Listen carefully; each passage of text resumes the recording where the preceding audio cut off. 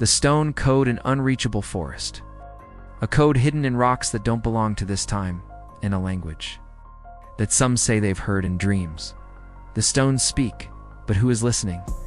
Deep in the heart of the Brazilian Amazon, where satellite signals vanish and the humid heat seems to bend time, Thomas Reeve walked alongside the indigenous ethnologist Aru, a man of few words and eyes that held centuries of untold stories. They had departed from acre toward a rock formation known only by a name whispered among the elders, Iri Naku, or the Singing Stones. According to undocumented accounts and forgotten records from the SPI, there was a set of petroglyphs there that did not belong to any known indigenous group, with symbols that appeared in no modern archaeological database. After 2 days of trekking, the forest finally opened into a clearing, revealing a circle of massive stones, ranged with clear intention, as if it were a lost megalithic structure. Thomas froze when he saw them. They were identical to the depictions in the manuscript.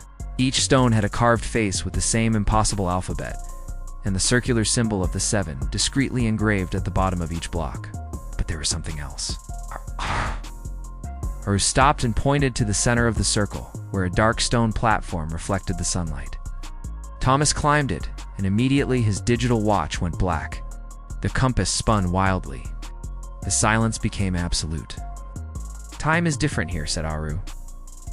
Thomas pulled out one of the manuscript paper fragments and placed it over the symbols on one of the stones. Suddenly, the carvings glowed with a soft amber hue.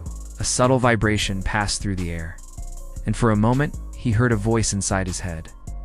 It wasn't a language he recognized, but he understood. The stones were activated.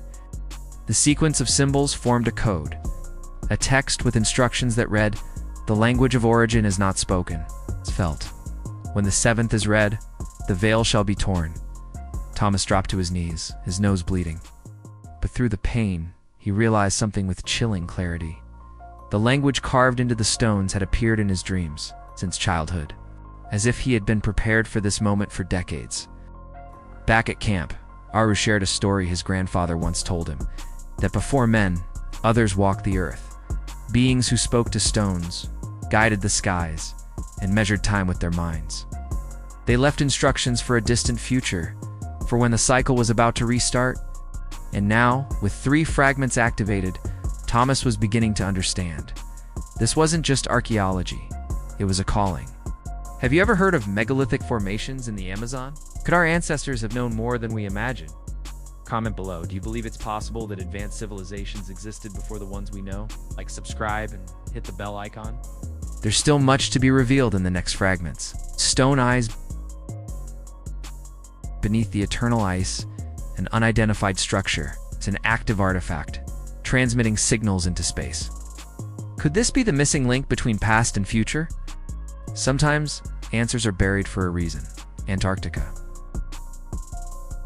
A continent of ice, silence, and secrets. Thomas Reeve stepped out of the helicopter, his boots sinking into the snow.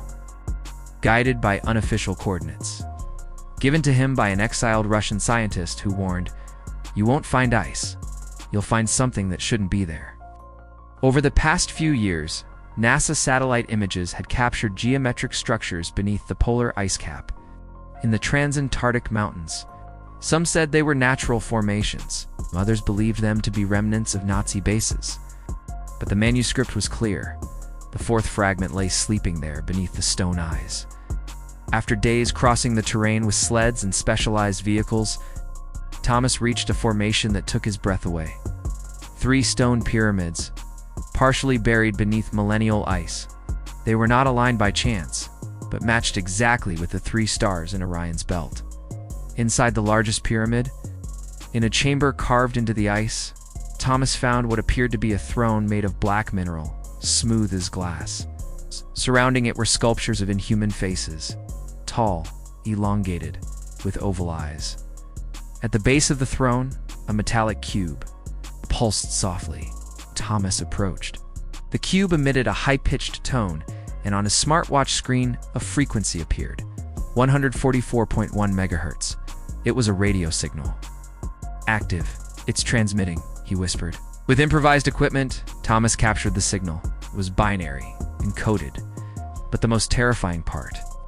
Some of it matched messages recorded in 1977 during the famous "Wow" signal captured by astronomers in the USA, signal never explained.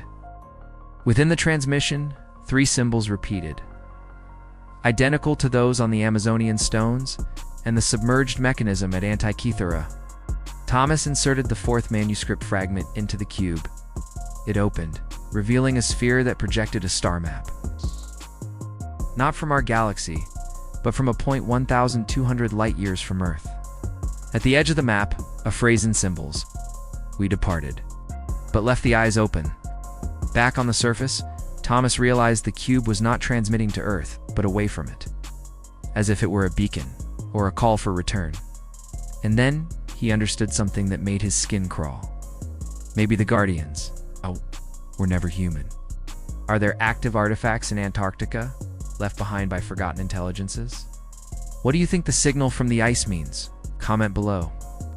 Do you believe there are ancient structures hidden beneath Antarctica? Were they human or not? Subscribe and hit the bell icon. The truth is just beginning to emerge from the ice. In the next episode, the city that sank twice, a submerged ruin, a civilization that left no written records, and a ritual secretly repeated for millennia.